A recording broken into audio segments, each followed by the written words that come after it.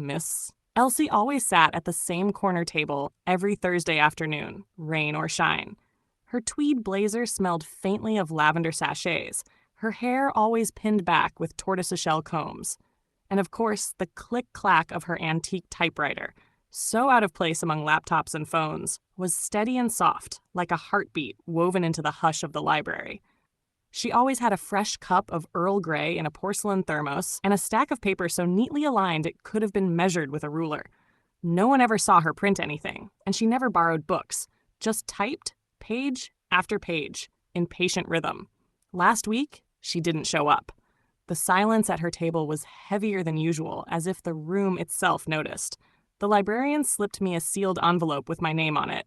"She left this for you," she said gently. "Said you'd understand." Inside was a single sheet of paper, the letters crisp and deliberate from her typewriter.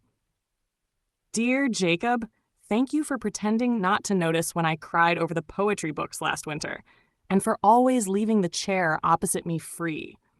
This place was my refuge long before you started studying here, but your quiet kindness made it feel like home again.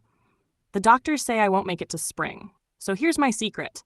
I wasn't writing letters. I was writing a novel, one for every person who sat near me over the years. Yours is in the stacks under P for possible. Keep the table warm for someone else." E. I found it exactly where she said. In the fiction section, hidden between two well-worn anthologies, wrapped in brown paper tied with string. On the first page, in bold type, was my name.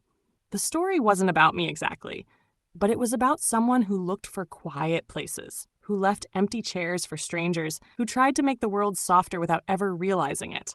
Somehow, she had seen me.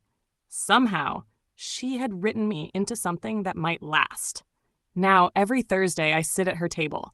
I bring my own cup of tea, and I open her manuscript to read another chapter. And I always leave the chair opposite me open.